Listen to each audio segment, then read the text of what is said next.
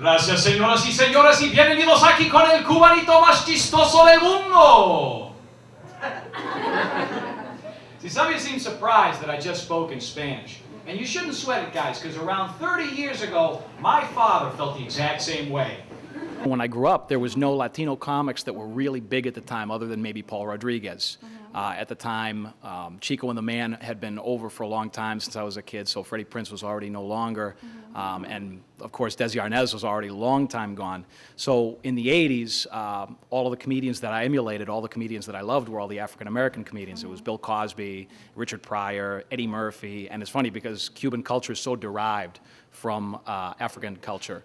And it's interesting to see that dynamic at hand because that's who I wanted to be when I grew up, was those guys. Because I speak Spanish, guys. And not just because I sweep the club when it closes. It's because I speak the Espanol because my mom is from Cuba, which makes me half Cuban, sort of like Florida.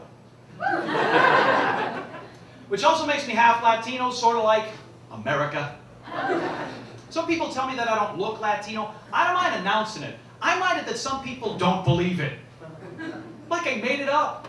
I actually had a drunk girl sitting up front of the show once tell me, she said, "Oh yeah, you're Latino, huh? Psst, prove it."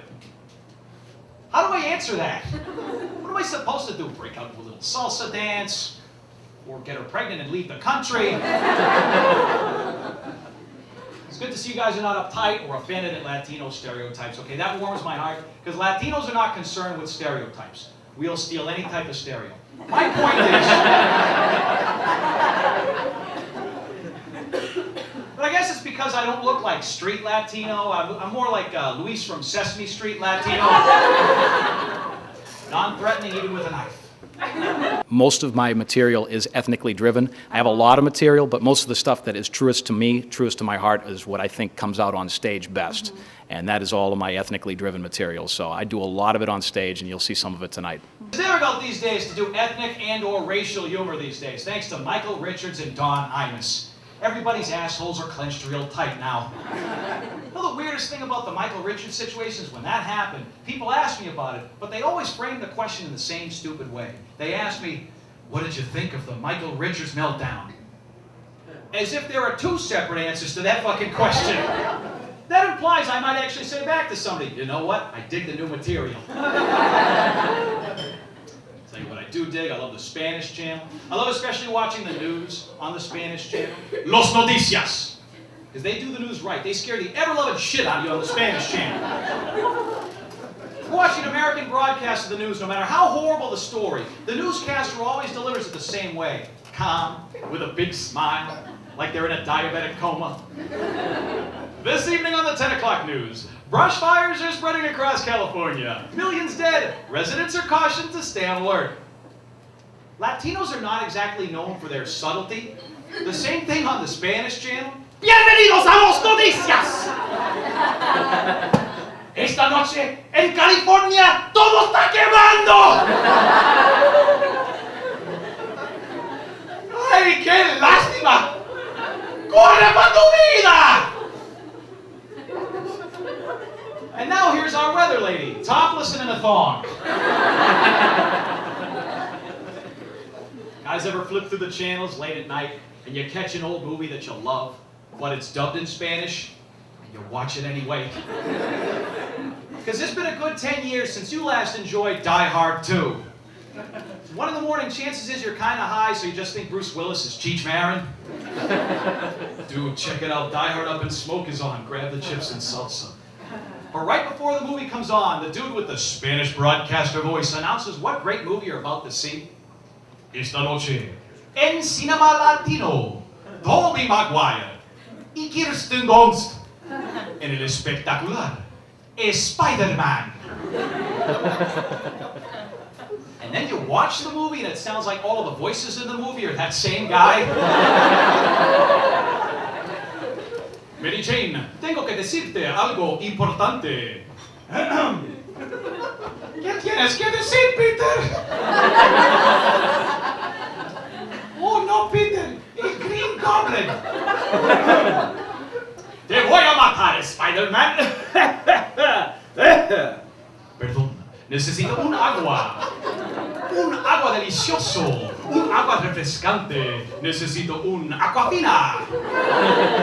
Aquafina. El agua oficial de Spider-Man.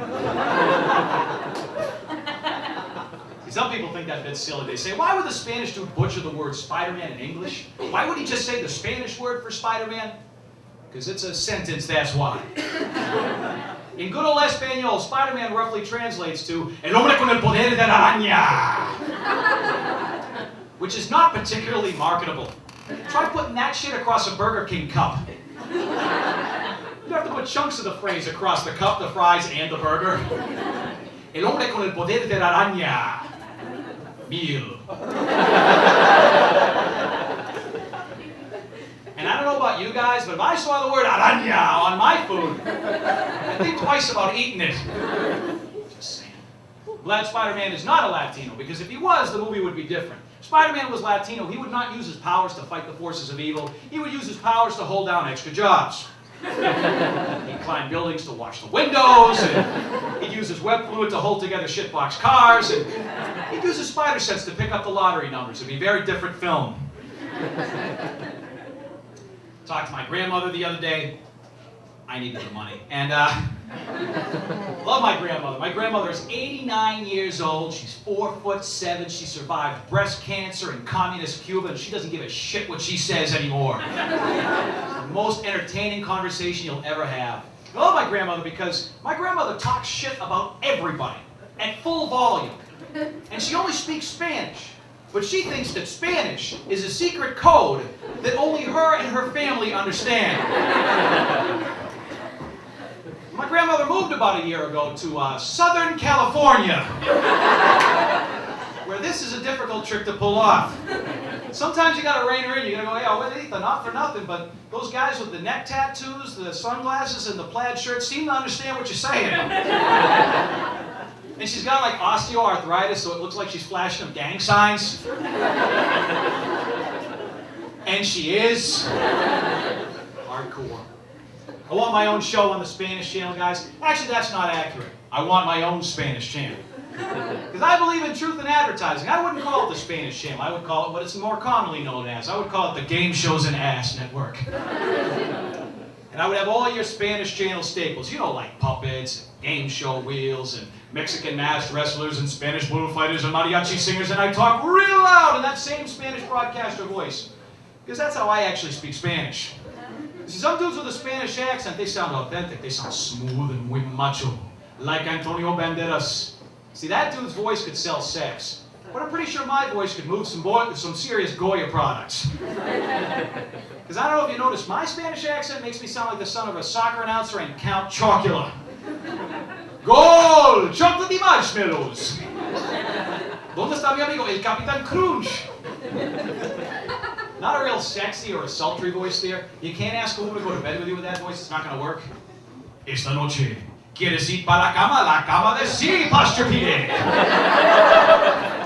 Llama 1-800, dial a mattress. But I love the Spanish channel, guys, because no matter what you're watching, at some point, they're going to give away a car. It doesn't even have to be a game show. An old lady from Mexico is going to walk up to a big wheel, spin it, and walk out with a shitbox economy sedan. But I love it because they mispronounce the name of the American car every time. If you're watching a Spanish channel show, you can hear something like this at least once. Esta noche, en Sábado Gigante, puedes ganar el nuevo Ford Focus. Thank you guys very much. I'm Tom E. Morello.